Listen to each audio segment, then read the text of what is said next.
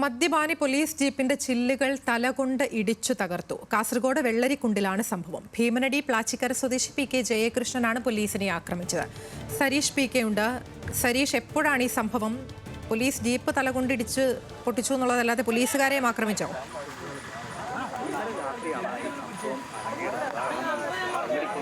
ഭീമനടി പ്ലാച്ചിക്കര മേഖലകളിൽ അനധികൃത മദ്യവിൽപ്പന സജീവമാണ് എന്ന് പോലീസിന് ലഭിച്ച വിവരത്തിന്റെ അടിസ്ഥാനത്തിൽ ഈ മേഖലയിൽ പരിശോധന നടത്തുന്നതിനിടയിലാണ് ഈ ഭീമനടി പ്ലാച്ചിക്കര സ്വദേശി പി.കെ. ജയകൃഷ്ണനെ പോലീസ് പട്രോളിംഗ് സംഘം കാണുന്നത്.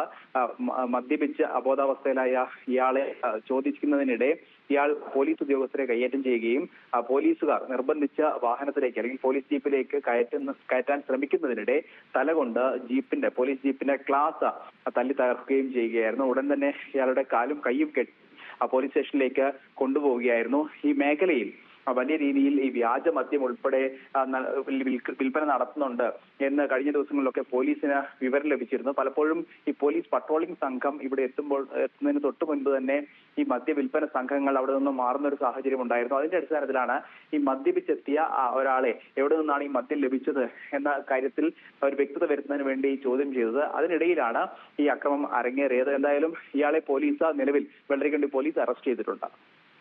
ശരി, സരീഷ് പി.കെയാണ് വിശദാംശങ്ങൾ നൽകിയത്.